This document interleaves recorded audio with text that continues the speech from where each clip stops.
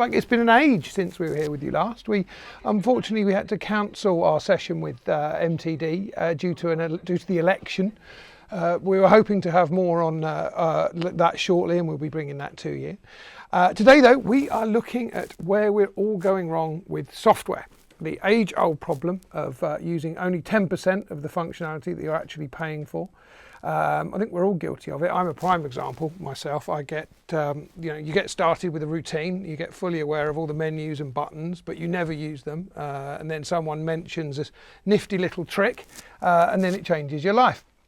Well, we want to put a stop to that. It's time to build systems into your firm that make it far more likely that you're going to fully exploit the software that you've already bought and realise the return on investment that prompted you to buy it in the first place. So to explore this, we're joined by two of the great minds of accounting. Firstly, Dean Shepherd, our head of customer engagement, and previously the owner of his own small firm. Dean admits that he didn't take advantage of all of his own systems. And also the wonderful Billy McLaughlin, the tech guru at 2020 Innovation. Billy used to be in practice, but now spends her weeks providing tech advice to the member firms of 2020. Thanks very much for joining us, Billy.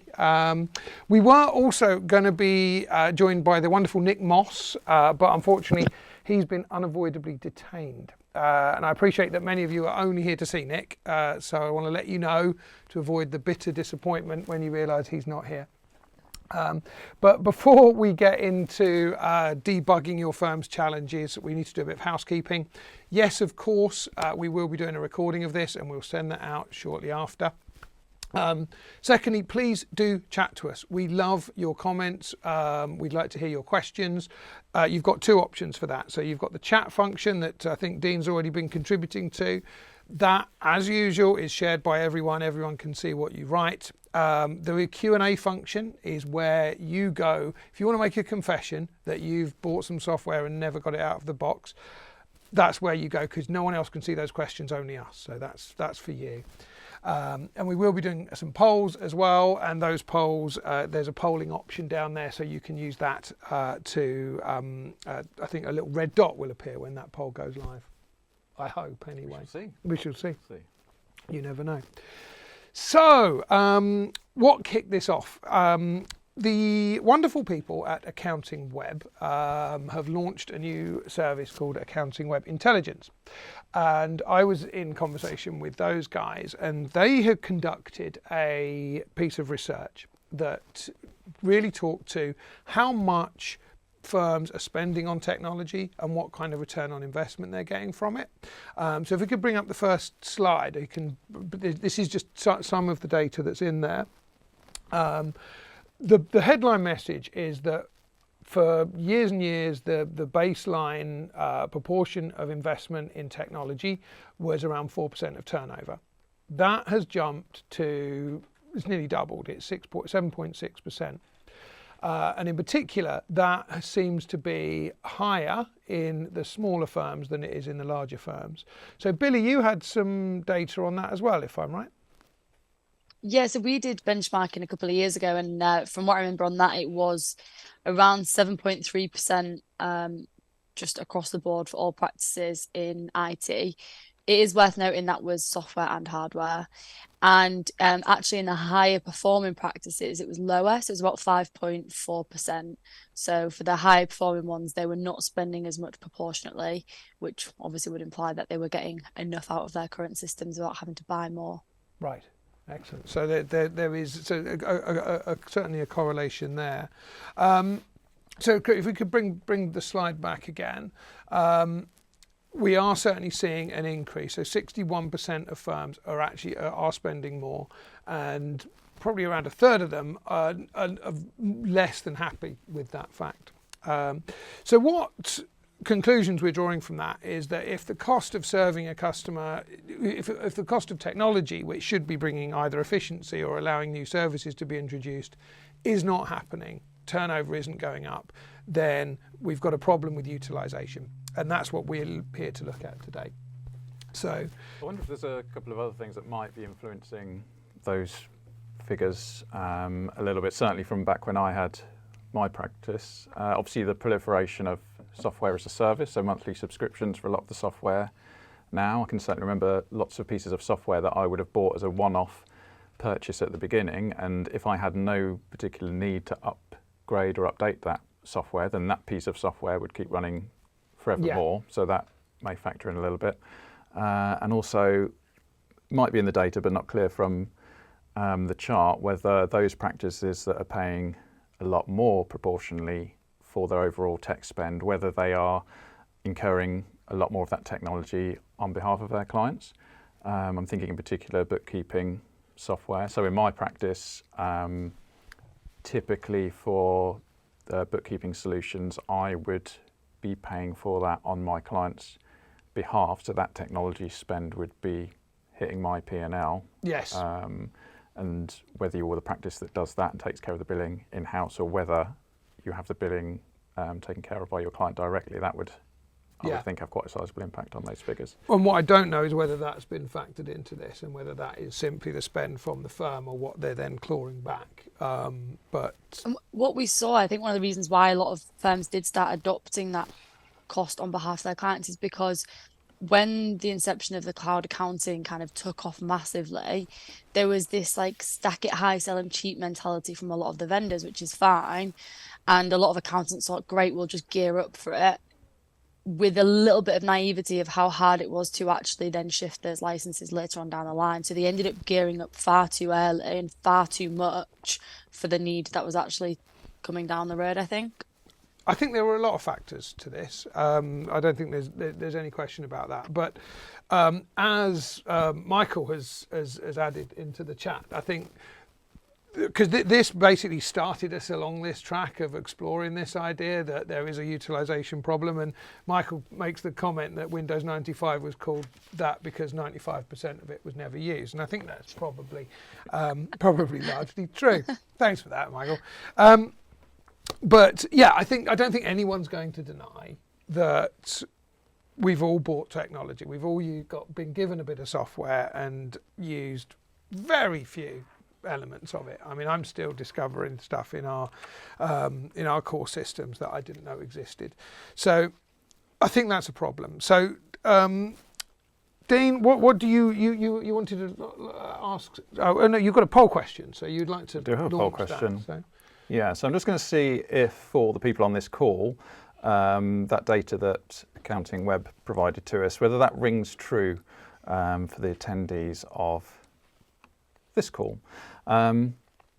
So going to ask the question there, what do you estimate your annual technology spend to be? And I know people are going to be rushing to their TB to figure out the exact percentage, but just your best guess we'll do at this stage. So hopefully the poll's popped up on your screen, maybe with a little red button in the bottom right to indicate the poll's gone live. But yes, if you're spending, you think, less than 5% of your turnover, 5 to 6%, which I think the Accounting Web poll suggested most, or 29% of people were in that range. If you're a bit more, or if you're in the 10% plus, and the Accounting Web data suggested about 25%, I think it was, were in that higher bracket of spend. So do cast your votes there. And I think, Billy, did you say in your research, what was the sort of percentage spend that you saw in the higher performing? So the high performing was 5.3, I think, as opposed to an average of over 7. So yeah, a lot less. Okay, so everyone's going to be hitting that 5 to 6 now, so that they can classify themselves as high performers. That means you're a high performer if you hit that. So what have we got? How's it panning out? Okay, so there's a fairly even split there. So we've got about 30% are spending less than 5% of their turnover on tech. 27% in that 5 to 6 range, which rings pretty true with the Accounting Web data. 22% spending between 7 and 9. And 19% of you are big spenders, 10% plus of your turnover on tech. So, as I said, I mean, this is off the back of a historical figure of around 4% being spent as a very, very rough rule of thumb. So Actually, I would like to interrupt you just go on. for the hell of it and ask people actually on that point of whether you're recharging your clients for the bookkeeping, because I started off doing that initially, like Billy said, it was promoted actively by the cloud bookkeepers to do so. So I started off doing that, but then I later on switched to having the billing taken care of the client themselves, mainly because it just made the cost of me inflated in my client's eyes. I felt when they come to get the bill from me every month, they're seeing a much higher figure, which put a bit of downward pressure on me, even though a chunk of that I'm not really seeing any of. I might be making a bit of a margin, but it makes me look more expensive doing that way. Yeah. So if you're doing that method, perhaps you can just type recharge in the chat if you're incurring the cost and recharging it rather than having the bookkeeping And providers so do it not direct. recharge. No, we'll assume no comment. We're going to assume everyone else does that just by default. Okay. 100%, I'm not sure that's scientific somehow. Yeah, we're seeing a lot of people recharging, as you would, because you've only said recharge. And no one's saying not recharge. I think with you saying 19% were such big spenders, the first thing that came into my mind was I bet a high proportion of them are recharging. So it'll seem like a high amount, but actually they'll be getting that back anyway. And as Dean said, maybe even making a markup on it. Yeah, absolutely. You'd like to think. Yeah. So, Michael's using Go Cardless to get paid, which helps. So, okay. So, the recharge does look to be a popular way of doing it. So, why would you want to do that over simply getting that contract put into the client's name and just having them pay direct? I mean, my initial reasons for doing so, I suppose the markup, like I would perhaps quote the client the RRP, and lots of the providers are just hand out huge discounts. I'd make a bit of a markup on it. But also back then, it's probably neither here nor there now, but back then it was a little bit easier to kind of set up the client and have everything managed under my central login than have it disparate across different customers. Although I think nowadays it's whichever way the billing takes place, you can manage it all under one. But I guess also it feels like you're providing that full service then. Yeah. Everything is coming through you and you're buying it from you. There's loads of comments coming in, so we'll get onto that. But we had a question in the registration. So do you want to talk about, because what we're really interested in is how to analyse your firm and find out what software is being utilised, which of your staff are utilising to what extent, and then furthermore how to actually build structures into your practice in order to reduce the amount of non-utilisation. So we asked some questions a question I think about the things that blew their minds. So yes, so we asked what software feature across any of your business applications did you discover by chance but now consider essential? So in terms of some of the answers that people gave, and by all means throw some more into the chat for people to see. On the tax calc front, so we had quite a few things that people are doing within tax calc that either aren't widely known or weren't known by them until they happened upon them.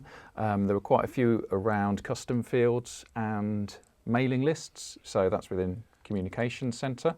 I would use that, that functionality can be used in so many different ways to communicate, to tailor communications to individual clients or types of clients.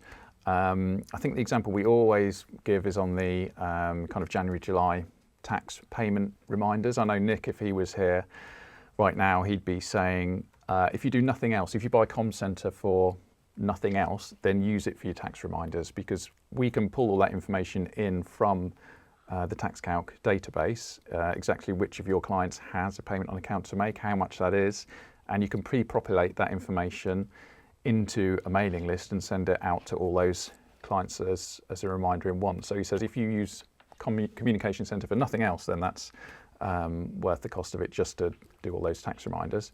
But there's lots of interesting things you can do with custom fields, because you can just create any type of field you like. One of the things I did that was perhaps a little bit different to the way a lot of practices run it is with a fee protection scheme. So the typical route for fee protection is either you'll take a client decide type policy, so you'll promote it to all your clients, but only the ones that take it up you would then pay for and be covered, or they would pay you for that service. For me, I used to take an all client policy, so my whole practice is covered for any types of inquiry. But in terms of charging that service to my clients, I would have gold, silver, bronze levels of cover. So the gold cover might include all types of taxes, all types of inquiry, cover you for family members and your different business interests as well as yourself.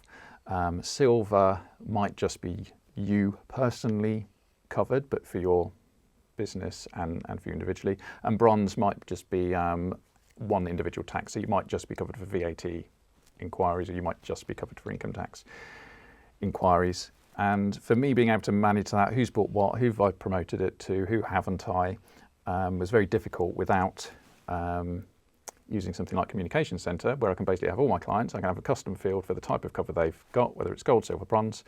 I've got a standard renewal template each year, sends out to all my silver customers. Understood you got silver last year. Do you want the same thing again this year, or can we offer you the gold service? Very easy to run kind of marketing type campaigns or renewal type campaigns through TaxCalc. But if you want to learn more tax calcy things, we've got an event for you to attend. We've got an event. So a few people have mentioned in the chat and in the questions that what they're looking for kind of best practice on using TaxCalc. We're not really, this is not so much about that. This is about that kind of more meta idea about how you actually institutionalize better use of technology in your firm. And we've got a tool that's coming up, I'll show you a little bit later, that we can help you with on that. But we do if you're not a regular at the Power Hours, anyone shout in the chat if you're a regular Power Hour attendee. We do a monthly session which will be kicking off for the latter part of the year on the 25th of September, and that is exactly that, where you get to sit with myself and Dean and Nick and whoever's around from our expert team to explore the different uses of technology, so you of TaxCalc. So you can call in, you can ask a question directly and have that answered. We'll demo the software to you, and you can get the best tips and tricks out of that. So 25th of September, we'll make sure that everyone who is registered today gets an invite to that. Fabulous. One of the other suggestions that came in, non-TaxCalc related, was integrating Calendly for people that use Calendly with Outlook, so it can look at what availability you have, so you don't have back and forth all the time with your clients. And I think in terms of not utilising or maximising the software that you've got at your disposal, I think, Billy, you had some suggestions there on functionality that already exists. Yeah, exactly. So within Microsoft 365, and I think this is probably one of the most underutilized systems, because majority of the people on this call will have a subscription with Microsoft 365. They have one called Booking, where you can set that up. Really interestingly, when you open up an email to send it, you can have a Calendly integration that just like whips the link across to that person. And the beauty of it is you can choose how long they can see time in your calendar. So you might just send it to somebody for a year-end meeting and give them an hour. It might be 15 minutes discovery call with a new client, for example. So depending on how long you want, you can send it. Interestingly, the Microsoft version, despite it being created by Microsoft, does not integrate to Outlook.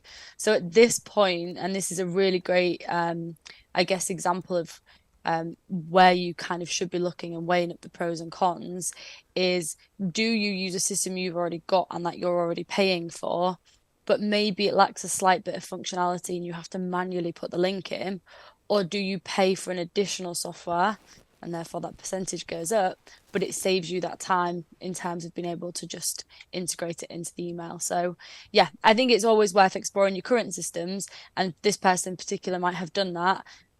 I personally have done it, and I prefer Calendly over Booking.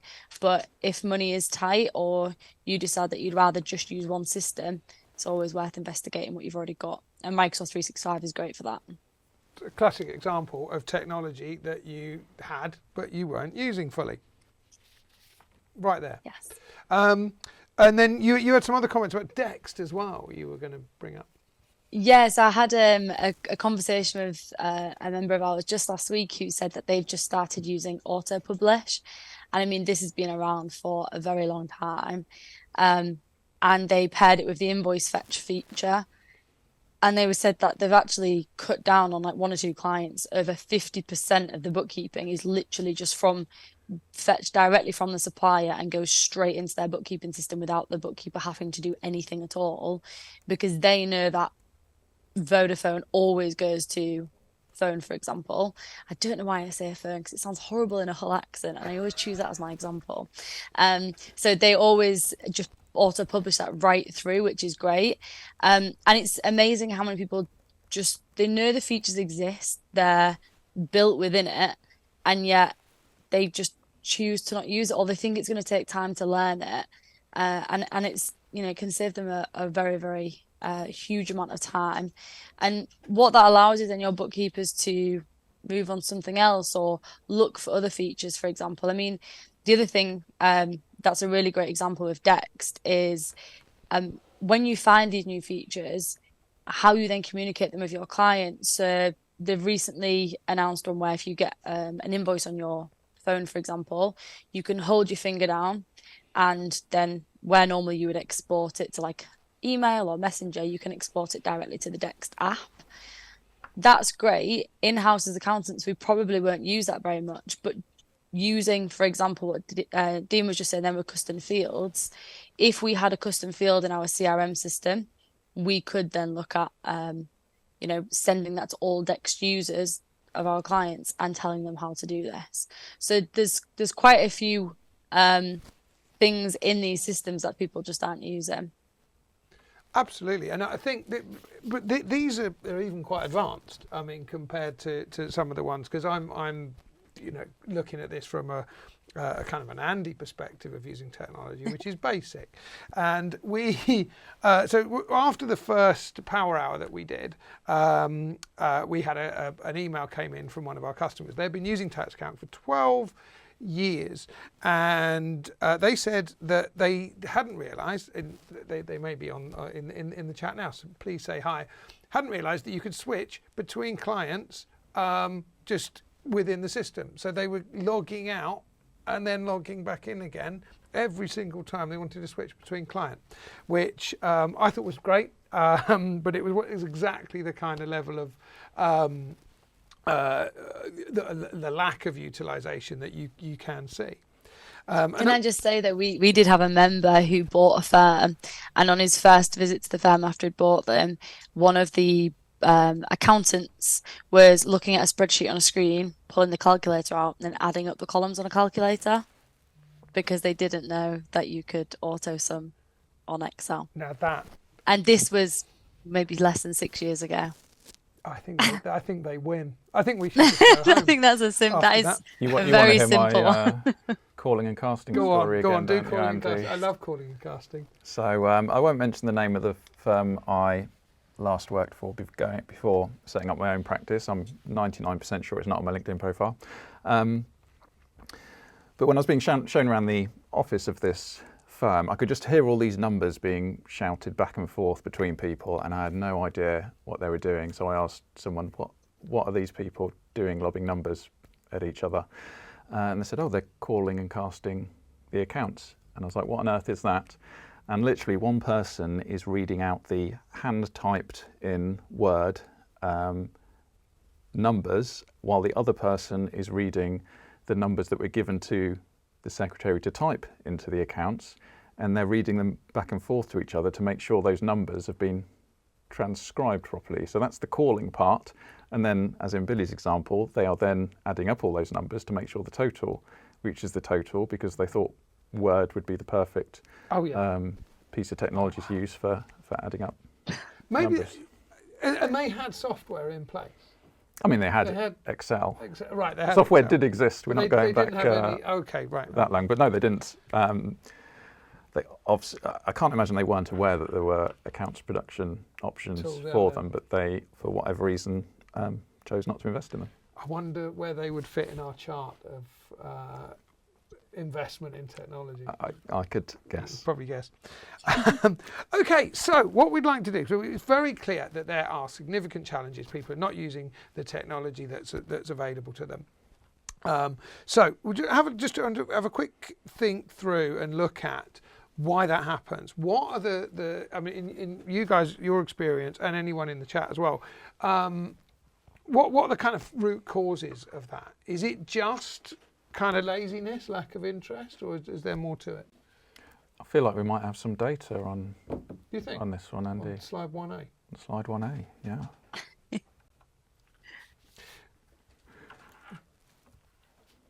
you got that, Dean? Do you want It's up on screen. Yep. Yep. So this is from Accounting Web, the team at Accounting Web Intelligence, and they asked what barriers were to practices not deploying or fully utilising the software that they'd committed to purchasing.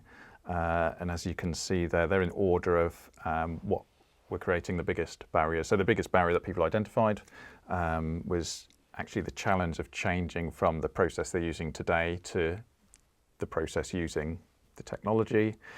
Second one, lack of time to implement, not having the skills internally. I'm surprised there's no mention of money here. That would be a primary barrier to any new bit of technology for me in my practice. I guess this is from the point of committed to buying. What is holding you back from fully utilising that software? Billy, what sort of things do you see in the practices you work with in terms of causing them delay to implementing new technology?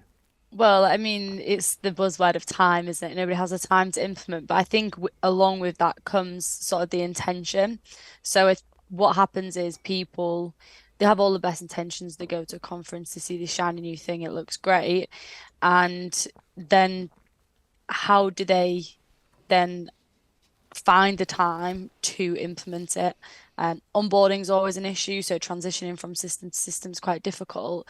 But once they're over and once they're kind of using it, who's responsible for keeping up to date with release notes, for example? Like who reads the emails that come in from some firms using 20 plus software? Who is reading the release notes from 20 different software vendors? And who's responsible for communicating with the team about these new features? So I think it's that intention and accountability as well of keeping up to date. So it's very, very easy for it to be low down on the priority list.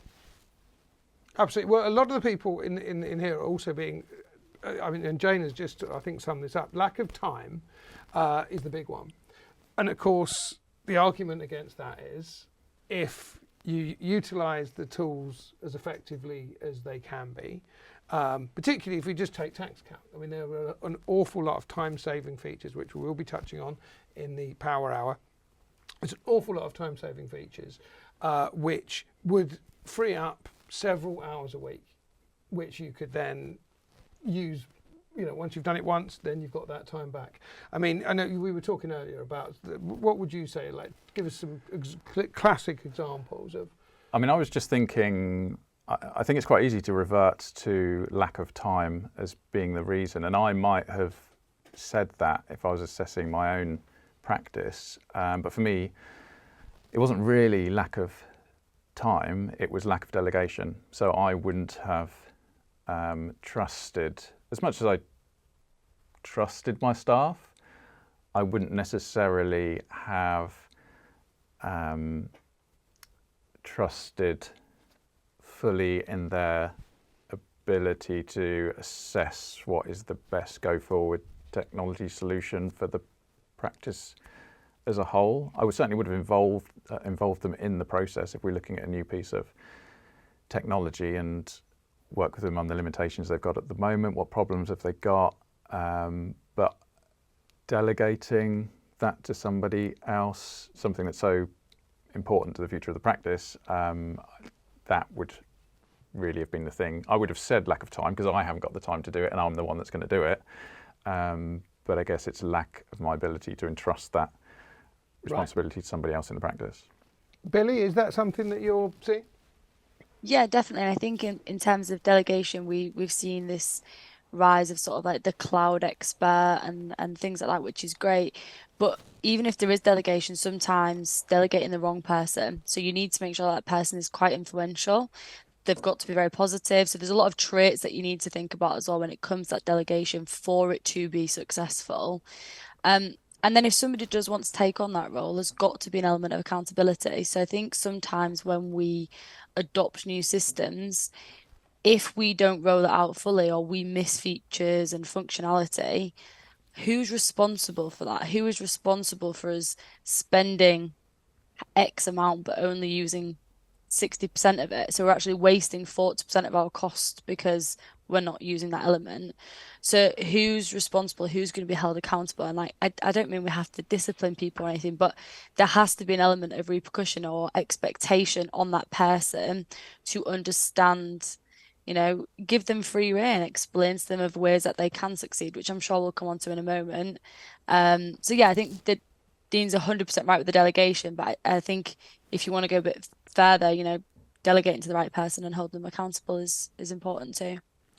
I think one other point, and this was Nick was referring to earlier, is there's a kind of cultural issue, which is around that if you work in a team and you've got a number of people around you and you discover something new within your software, you may feel that if you surface that as, hey, I found a shiny new thing, people will look at you and say, well, did you not know that before? Duh. And I don't know if that's, did you have that in your firm? Was that something people might have, do you see this, Billy? Yeah, no, 100%. I've definitely seen this. And I've witnessed it myself when I was in practice. And then you almost feel a bit like, oh, like, hang on a second, like, why didn't I know about it? And that will prevent you telling people in the future. So there is, making that culture is super important. And making it in a way that people can share that knowledge and making it almost compulsory that people do, so that nobody just say, yeah, I did know that. It's like, okay, well then instead of putting it on the person that's just told you, let's put it back to you and say, well, why didn't you share it when you first found out as well? Yeah, absolutely. So I think there is an internal cultural thing, even if there's only two of you in the practice. Someone may go, I didn't want to bring that up because I might look like I should have known that. Yeah, but the other thing is that people go as so kind of laser focused on what they're doing themselves, they don't necessarily stop to look up and think, oh, I've got some great things I can share with everyone else here. There was one I kind of remember from when I was many moons ago when I was training, and we'd buy a working paper file system from a certain provider, and Billy will laugh, she probably doesn't even know what a photocopier is, but we used to have a stack of these, maybe 30 template working paper sheets, and every time you started a job you'd grab that, put it in the photocopier, and there's your index and all your working paper cover sheets and all that kind of malarkey you need to set up your file. I was in that practice for about a week before I just recreated that whole thing in Excel, so I could do all my working papers in Excel rather than be handwriting. The amount of Tipex mice we used to get through because you've got to keep changing the cover sheets on these things every time a number changed or a file reference changed. So within a week I did it all in Excel, and I merrily did all my working papers in Excel. Did I stick my hand up and say, hey guys, let's just stop all this photocopying nonsense? No, I didn't. You just get on and you look great, right? Because you're turning out twice as much work. Yeah, and some people, when they realised what I'd done, would say, oh, can I have that template Excel spreadsheet? I was like, yeah, sure. But I would say that was probably only about a third of the accounts team that were using it. And that, like Billy says, there wasn't that culture of sharing better ways of doing things. And anything cultural is a follow my leader kind of approach. It's got to be led from above. And at that point, I was a trainee. I wasn't going to pipe up and tell, somebody who's been in that practice for 20 years that they're wasting their time doing all this photocopying when they should just use use what's there. Yeah. But I think also beyond that, there is the other issue, and that is that, I know here, we'll do 3-4 releases a year. They're very feature rich. A lot of new bits get added to TaxCalc, and people who may have been using the software for a decade have missed out because they're not reading the release notes. I mean, who reads release notes? Me. I don't know if you do, Billy. Well done. I do. I'm on the totally mailing list for like every software, and I read all of them. I have read them all. RSS feeds set up and everything. This is why you're here, though, Billy. This is why we have you, so that you can convey this to the world. But you might see the big 3 things, but there's probably 15, 20 things that are added in each new release, and people miss that, and we can't even let that slide. So we wanted to look at very quickly look at some tools that you can analyse your practices, your own and your practices performance. Have you seen what have you seen, Billy, out in the field? Have you seen firms that have done this really well? What kind of things have they done? In terms of speaking with the team, one thing that we have seen is, rather than going out and finding a solution, a lot of practices now will go back to their current solution and say, when are you going to release this? And that is like probably the number one tip, because even I think a few months back, I was speaking to somebody and they messaged me and said, we need to do groups. We're using TaxCalc. What can we use? And I was like, you do know it's getting released next week? And they were like, oh my gosh, well, wait then. And it saved them so much time in going out and finding. So just asking the questions and kind of speaking to your account managers is really, really valuable. And then the other thing that I would say in terms of sort of analysing the team and getting the team involved is we've seen a few firms do kind of lunch and learns. So when people learn new things, they're speaking maybe once a month, they're getting together as a group and speaking to each other about anything that they've done this month, what's worked for them, what hasn't worked for them, if anybody's got any tips on how to improve this. And yeah, that's a really good way of crowdsourcing internally those features that you're using. Okay, so a lunch and learn kind of a collaborative session. Dean, any ideas from your travels? Well, I always remember, I guess it's similar to lunch and learn, an event I went to that was probably the most useful in getting more out of the software that I was using at the time, and that was an event put on by the software supplier to come and see them with a bunch of other customers. They, I think, went through some of the key bits, a bit like we do in the Power Hour. They went through some key stuff that not everyone might be aware of, but actually the most value I got from it, and probably the most contribution, or the biggest contribution I made at that event, was actually just chatting to the other people who are also using the software and finding out the things how they use it and the things they use it for. And that just uncovered lots of little things that I wasn't aware the software could do, or tweaking it in a certain way, which I think is, it's the same outcome Billy was talking about with the lunch and learn, albeit in a slightly different format. Yeah, I think it's to do with what you don't know, obviously. Yeah. And that's a real challenge, because if you've got something I really want to do, I can find out how to do it. But when you don't know, and I'm going to bring up my favourite, is the dual screen function on TaxCalc, where every time we mention this to anyone, the fact that you can go on TaxCalc, you can go to the Windows menu, you can go multi-screen mode, and you can have prior year accounts, current year accounts, you can have tax and accounts on multiple screens. And I don't think we've ever shown that to someone and their jaw hasn't dropped and gone, that's just blown me away. and I thoroughly enjoy that. So just a couple of things, and these are points that came from Nick about how you can build a kind of structure, and that is to give ownership of a particular piece of software to an individual, and they then share the idea how their favourite tricks, their favourite tactics with everyone else in the firm, who then can say, I didn't even know you could do that. And by doing that, just sharing, whether it's in a lunch and learn type environment, can be really, really powerful. And the other point was, if it is just you in the practice, is there a way that you can collaborate virtually or in real time with other local firms who use similar software? I don't know if you've come across that happening in the wider world, Billy? Yeah, definitely. I mean, we see it all the time now on LinkedIn. There's Facebook groups are super popular. At 2020, we have practice forums, and generally technology is a hot topic. So people say, we're looking at switching practice management systems. Who's used this? I'm moving from this. What were the difficulties? And that goes down really well. But I do want to just kind of revert back to something I just said, because I thought it might be helpful with you just saying that there will be practitioners that are maybe don't have a team as well.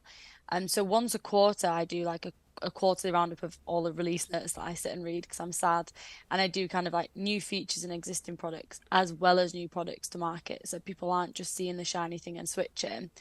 And yes, that's great if you can attend that for an hour once every 3 months, but a little tip for those that maybe aren't 2020 members or don't want to do that, if you use Teams, you can get an app within Teams called Feeder.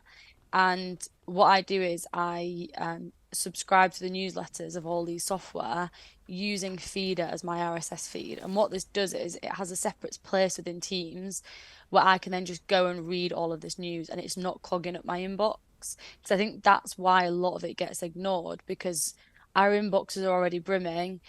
Xero sending us 3 emails this week about changing to pricing structure is just so low on our priority list. Whereas, if I get 5 minutes, I can just log onto my Teams and have a look at some of these different softwares and what they've got to offer. So that might be handy for people. And again, with Nick's tip about the ownership, you might allocate one person to do it for all the bookkeeping software. If you have got a bigger team, that is a great idea, because even if you don't use other software, it's good to know what's out there, because A, you might want to switch in the future, or B, it might be a good indication as to what's to come in the one that you're currently using. So you could allocate somebody to bookkeeping software, someone to tax, someone to accounts production, whatever it may be. And it's a nice, easy way for them to do that and then collaborate later on. I had a question here about what is RSS Feeder? So it's just, to be honest, it's quite an old school thing. It used to be on like the bottom of web pages, and it kind of summarized blogs. So how you can use it, again, I use it mainly for newsletters. So when you download Feeder, which is the name of the app within Teams, as I said, it's completely free. You can then search for websites, and every time that website is updated, it will send something to this. A bit like a Teams chat, it will send something to it. So you can just see when the websites are updated, or for example, if they send a newsletter out, it will appear in there for you. Okay. So you can just say, I want everything around a certain subject through into one feed? Yeah, anything that, for example, I did it with Accounting Web, but I started getting every single time somebody asked a question in Accounting Web, it would pop up on my feed, so I had to get rid of it because it was just overwhelming. But you can set it up for the likes of, I don't know, I have quite a lot of AI ones on there. So AI websites, any updates that they give to news, I put it in there. It's a bit like a news channel is a good way to describe it. Okay. Well, I think it's probably time we looked at the diagnostic tool, don't you, Dean? Yes, why not? So, so these ideas, I hope this is useful for you. It's, as I say, we're really just trying to look at that kind of underlying problem of not using software and not using the functionality that's available to you. So we have come up with a tool which you might find useful. So in an attempt to address the issue of you don't know what you don't know, can we bring up the first of the slides? So this is the diagnostic tool. This is going to be available very, very shortly, and we will send this to everyone who is registered here. And so what's going to happen is you literally go into it. It's going to ask you which of the tools that you're using. So if you're using Practice Manager, you're using Corporation Tax, and you're using Communication Centre in this example, it's going to, it will only focus on those pieces of software that you're using. So we can go to the next slide. And then what that's going to do is ask you this set of questions, which will be updated regularly. We're going to keep changing these questions, but it says, are you able to do these things? And it starts off with some pretty basic stuff and gets more and more complex. So you'll indicate, yes, I can absolutely do that, or no, I didn't even know that that was vaguely possible. And by doing that, you can build up a picture. And then the next slide will show you how you'll be able to generate an output, and you'll be able to see and aggregate this across your team to be able to say, okay, we are not working very well with this product. We're only using a very small amount of its functionality. Where you do that one, we're doing really well on. This one, we're not. So what we're trying to be able to do is to be able to give you that picture across your firm about what functionality that you are using and where you're probably investing in something but not getting the best out of it. So we hope that's going to be a really useful tool. Yes, we do. That's the plan. So Billy, have you seen anything like that elsewhere? Is that a new thing that you've... No, I haven't actually. When you said earlier, I was thinking it would be really handy for other tools to have this. The reason why I mentioned Dext earlier is just because they are quite good at, I think Max and Paul, who you probably have seen on LinkedIn, are very good at kind of releasing a new feature and doing a short snippet on LinkedIn. But I've not seen anything which can help with like a tool like this, which keeps everybody in one place. So it's very, very good. Well, hopefully everyone will pick this idea up, and there'll be one of these for every bit of software, which would be great, because the more people use software, the better, in our opinion. So we're going to this will be sent out. Yes, Suzanne, it's going to be hopefully within the next week or so. It will be sent out to everyone who's here.